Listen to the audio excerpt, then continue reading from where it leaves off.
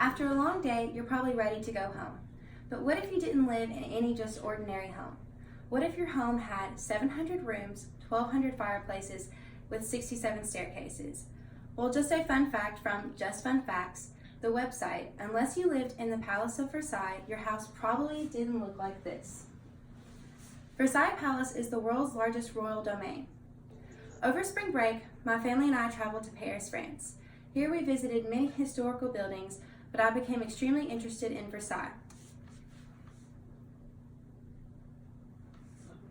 Here is a picture of me standing in front of the Golden Gated Palace. In this speech, I will inform my audience of the history of Versailles. I will start from the very beginning. In the 1600s, King Louis XIII had an interest in Versailles because of its uncultivated land. This city is about 12 miles southwest from Paris. According to the Encyclopedia of Britannica, in 1624, the king entrusted Jacques Le Mercier with the construction of a chateau on the site. Its walls are preserved today as the exterior facade overlooking the marble court. Here is an image of the original chateau.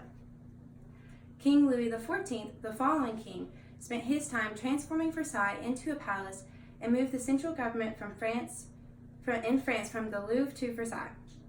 According to the official website, the Palace of Versailles, the palace is known to be the world's largest royal domain at 8,150,265 square meters. The garden surrounding the palace is 1,976 acres and contains 400 sculptures and 1,400 fountains. Every material that was used to construct and decorate the palace and gardens was manufactured in France as well.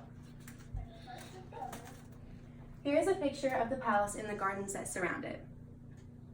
Next, I'm going to go into more detail about each king and what they added to Versailles.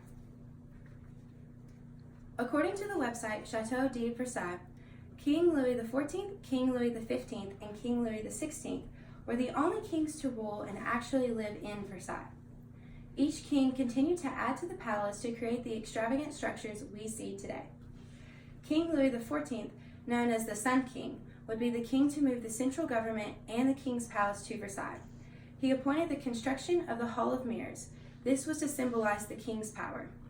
He is known for making everything he did throughout his day a ceremony, including waking up in the morning. Here on the left is a picture I took at the Louvre with the famous painting of Louis XIV.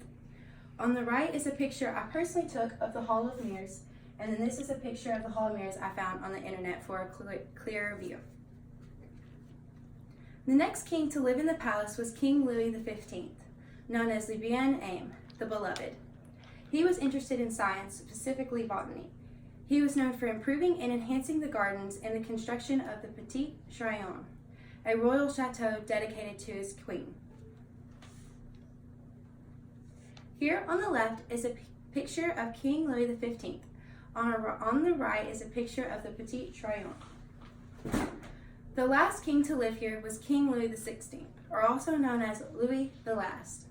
He and his wife, Queen Marie Antoinette, are known for the outbreak of the French Revolution. They ended up both leaving Versailles as angry revolutionaries chased them to Paris. In the end, they were both beheaded. This slide shows the paintings of King Louis XVI and Queen Marie Antoinette. And the next painting is from when the French Revolution overtook Versailles. Now that I've explained the history of the kings, I will discuss modern-day Versailles. In 1837, King Louis Philippe would convert Versailles from a palace of monarchy into the Museum of the History of France. The rooms in the palace are now full of paintings and sculptures of important figures and events. According to National Geographic, more than 3 million tourists visit Versailles each year, and 8 to 10 million people walk the gardens each year. Besides just the attraction of tourists, the palace is also used for formal events. History.com gives us the perfect example of the signing of Versailles, which ended World War I. This historical event took place in the famous Hall of Mirrors. Now that we have discussed the rich history of Versailles, I will conclude this speech.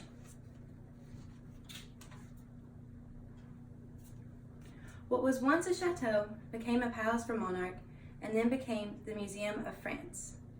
The king and queens who lived here exalted their royalty and lived a life we could only dream of. By the late 1700s, the Revolution caused the overall ruling of the monarchy to come to an end, also ending Versailles as a palace.